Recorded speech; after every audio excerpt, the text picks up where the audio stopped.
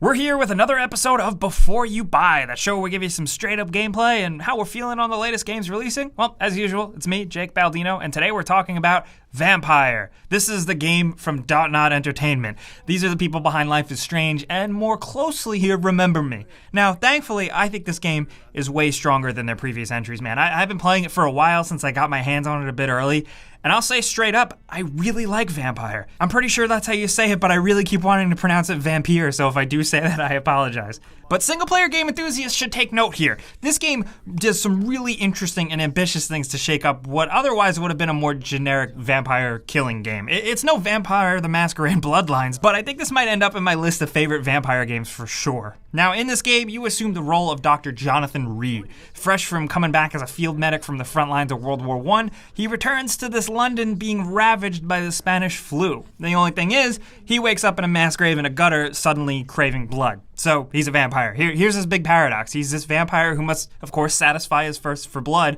but he's also a famous doctor and surgeon pioneering this new research in phlebotomy, meaning he literally specializes in blood. Very quickly, his search for answers leads him to the doorstep of a downtrodden hospital struggling to keep citizens alive, and thus the main hook of the game begins. It's your job, and the game incentivizes you to take care of the citizens of this flu-ridden London, but you also want to progress and grow stronger as a vampire and get your answers. This is where the game is definitely the most surprising. Now, there is combat. I think it's definitely the weakest element. I'll get to that in a bit.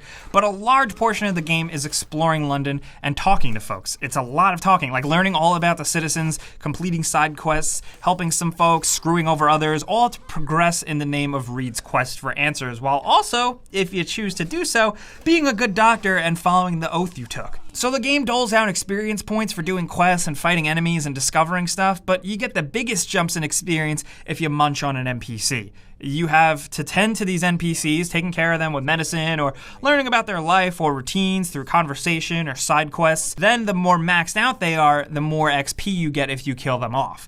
The game just kind of gates you from instantly killing off everyone by having a mesmerize level you need to increase in order to hypnotize the people and lure them into a corner while no one is watching so you can feed. Now, it sounds a little complicated, but it's really just the main system of the game. The caveats here are that a person may be more significant than you expect, and if their death is noticed, that they're not around, maybe they have like a family or friends, the stability of the map region will decrease. And if it decreases too much, the environment becomes more hostile and enemy characters will kill off NPCs and you'll lose out on potential characters and side quests and valuable XP. Now, you spend this XP making your character stronger, from health, endurance, and stamina to passive stuff to active stuff like offensive and defensive capabilities.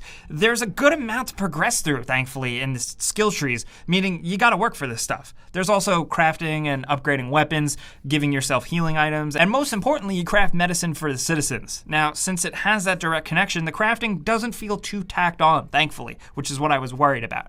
Now, with making these blood-sucking decisions and choices, and this is dependent on the type of player you are, but I personally just got really invested into the little stories and characters, and chose very carefully who I fed upon and who I left alive. A man working to make a neighborhood better for everyone, I left him. A random panhandler or a homeless guy under a bridge, maybe less people would miss him and it would affect my rating a little bit less. Yeah, I get less XP than munching on a more main character, but XP is still XP. This is where the game is its most fun. It's a bit long-winded at times with dialogue, but it managed to keep me really interested. And I've heard some folks say that the combat isn't that big of a deal, and I've already heard of people getting through the game without feeding on a single citizen, and that's fine if you're a technical player who just wants to efficiently win. But me personally, I had the most fun with the game choosing every citizen I spare carefully. But I'm the opposite. I felt very incentivized and very tempted to occasionally, suck some blood of some citizens. I had the most fun with the game choosing every citizen I spare carefully and overall just kind of being a goodish vampire man, trying to do the right thing as much as possible, but also getting some XP so I can at the very least unlock and try all of the powers and the abilities, because you have to. And that's where the game succeeds, keeping you in a morally gray area and making the decisions tied directly into the gameplay. Vampyr specializes in often going above just doing a good or a bad thing, like in something like BioShock. Here it's directly tied in. And it's a semi-open world with some sectioned off interiors and underground locations, and the world feels pretty large and lived in. You get all walks of London life here from the different districts, from fancy rich folks in their mansions to the dirty, dilapidated, disease-ridden alleys of Whitechapel. And the areas are pretty fun to explore because certain areas have enemies that will absolutely crush you if you suck or you're underleveled. And there are twisty-turny paths where you can unlock doors and regain easier access to previous areas. There's enough here to keep you busy in the environment, especially like I mentioned earlier, people to talk to, but also the enemies to fight. There are more monsterish vampires of various sizes, as well as just different vampire hunters out there with guns and swords and stuff, and combat is, like I said, fine. A friend of mine didn't find it as challenging as I did, but I enjoyed it, and I got my butt kicked a lot. Once you get all of the powers and switch between weapon sets, there's a really good flow of the occasional parry with a heavy weapon, dashing and dodging, stunning enemies with a secondary gun or a stake so you can bite them and then fill up your blood meter and then unleash a special attack. Like I said, it's all fine. I can't quite put my finger on it, but it just feels slightly off. I don't hate it, but I'm just not crazy about it. I think it's just maybe the way it controls. The same goes for the character movement in general. Like, I would have preferred walk being the default with a run button on the trigger just to hold, but instead you whip around a little too fast and floaty in the environment. I did play the game on PC, and with all the settings up, I think it looks pretty great. I only encountered 2 small, like, weird T-pose glitches here and there.